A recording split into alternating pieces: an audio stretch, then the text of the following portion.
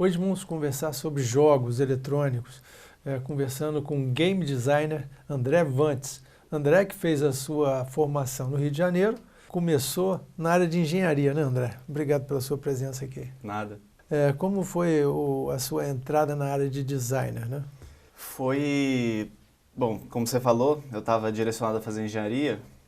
No fim do ensino médio, matemática, física e química era aquilo que eu gostava. E aí, só que eu também gostava muito de desenhar, sempre joguei videogame minha vida inteira. E aí tinha umas ideias, você podia fazer desenho industrial, podia fazer design.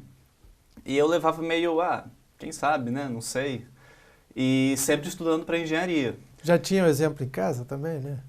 Meu pai fez engenharia mecânica, minha mãe fez engenharia civil, os dois Sim. formaram. E já era um exemplo que eu tinha para seguir. Sim. Só que aí, na época do vestibular, eu resolvi ao mesmo tempo fazer todos os vestibulares de engenharia e vou fazer um vestibular para design. Acho que, eu não lembro na época se foi uma namorada do meu irmão que me recomendou, foi uma ideia também do meu irmão, ele já morava no Rio de Janeiro fazia um tempo, aí já tinha uma facilidade para eu ir para lá. E aí, nessa época do vestibular, chegou o resultado e eu tinha ganhado uma bolsa para a PUC para estudar design. Aí eu pensei, eu ainda estou indeciso, vou fazer um semestre de engenharia, vou fazer um semestre de design, no final eu decido. E acabou que quando eu terminei o semestre em design, eu falei, ficar em design mais um pouco e ver como é que é, acabei que eu me formei. Sim, você tem 25 anos, né? Uhum. E fala um pouco da sua experiência, né? Como que você começou a trabalhar nessa área de games?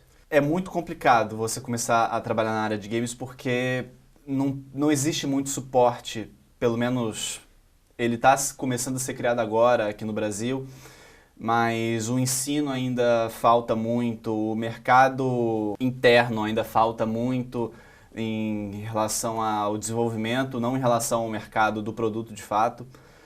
Só que você decidir, você falar para você mesmo, quero ser um game designer, e você começar a seguir só o caminho de game designer, é bem complicado, porque você vai enfrentar sempre uma pessoa de um lado que vai falar, videogame é coisa de criança, você vai enfrentar do outro lado, mas o que você faz mesmo? Mas isso aí tem futuro?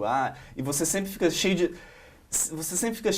de muitas dúvidas na cabeça. Sim, até porque o mercado é vasto, né? Tem muita gente trabalhando e às vezes a pessoa fica um pouco atordoada, não? Sim, hoje em dia a indústria de videogame, a indústria de jogos eletrônicos, ela é uma das maiores indústrias de entretenimento de todas.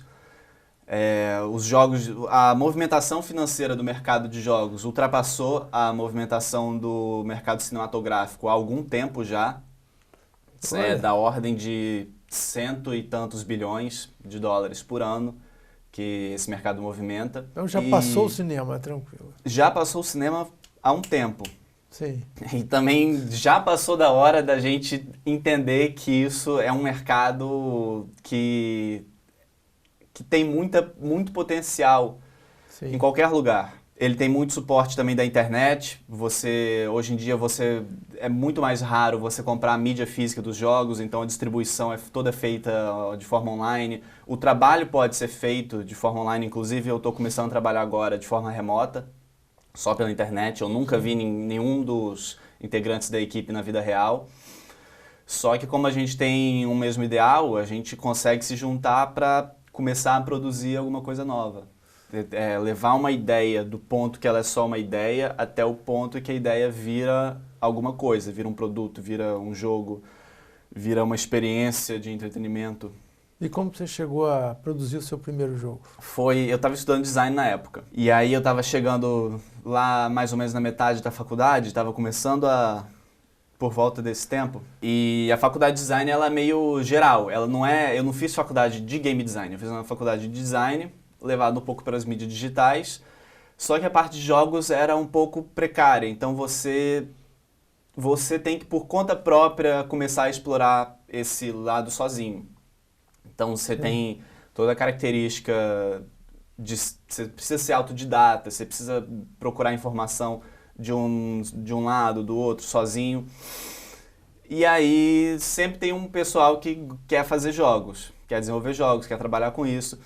Aí chegando lá pra metade da faculdade, eu e um amigo meu, a gente estava conversando, a gente podia tentar criar um jogo, ele estava fazendo um projeto final que era de um jogo, a gente estava pesquisando um pouco, como é que será que a gente começa, como é que vai? Aí a gente juntou um grupo de 4 pessoas e falamos, beleza, vamos fazer um jogo. Tá, por onde a gente começa agora? E aí a gente não sabia por onde começar. A gente pensou, cara, acho que a gente pode ser por aqui, por aqui. E foi muito na tentativa e erro. A gente não fazia a menor ideia do que a gente estava fazendo. A gente demorou muito tempo até começar a ter uma ideia do que a gente queria fazer, até começar a ter a experiência começar a tomar alguma forma. E aí foi se desenrolando ao longo do tempo. Porque a dificuldade é ter um orientador nisso, né? É muito complicado, você não tem orientação. Os professores não são orientadores nesse tipo de negócio. Né? Não são, eles geralmente não têm muita experiência. A experiência que eles têm é externa, não é interna, não é de você estar lá fazendo. Então, é sempre uma caixinha meio misteriosa. Você nunca sabe como funciona por dentro. Você sempre vê por fora e você acha que sabe como é que é por dentro, mas quando você começa a olhar por dentro é uma coisa totalmente diferente. Então você tem que reaprender tudo. E aí quando você está ali no meio, você não sabe direito o que fazer. Você tem que começar a mexer com cada componente dentro dessa caixinha até você ver o que isso vai fazendo e vai começando a montar da sua forma. Então, aí, você aliou um pouco essa vocação de desenhar, né, que foi identificado pelos seus próprios familiares, né, e amigos, também com um pouco de conhecimento de computação, né? Animação também é uma base para... A parte da computação, que é a parte da programação, começou na engenharia, que quando eu fiz um semestre de engenharia elétrica, e nesse semestre eu tive uma matéria de programação. E foi, de todas as matérias que eu tive em engenharia, foi aquela que fez, isso é legal, gostei de fazer isso. Sim. E sempre me acompanhou no design, assim, meio de lado. Serviu para você, então, essa parte da engenharia, né? Serviu. Sempre bom você ter uma experiência diferente, você conhecer de vários lados. E aí, durante o design, às vezes, eu tinha que pegar a matéria eletiva para cumprir crédito na grade curricular.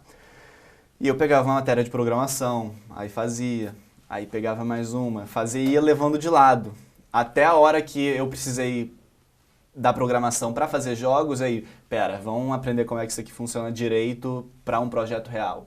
E aí foi quando eu comecei a realmente estudar computação de fato, por fora. Paralela ao design, por conta própria. Curiosidade sua. Vontade de complementar, né? Exatamente. E mesmo no design, quando eu comecei a fazer os meus jogos, ainda tinham aquelas vozes do lado que ficavam ecoando na sua cabeça, que falavam, mas tem certeza que você quer fazer isso? Mas essa é uma área difícil, mas essa é uma área que é muito complicada, talvez não tenha mercado, não sei. E você fica sempre naquela dúvida, então você sempre começa a fazer um projeto de jogos, aí você se desvia e volta, e se desvia, volta, se desvia, até o ponto que fala, cara, é isso que eu quero fazer. Sim. É isso que eu realmente quero fazer. Então você começa a ter que se fechar para as pessoas em volta para você conseguir, de fato, fazer aquilo que você... Atingir aquele objetivo. Exatamente. Né? Bem, nós vamos num rápido intervalo, voltamos já com a nossa entrevista com o André Vantz.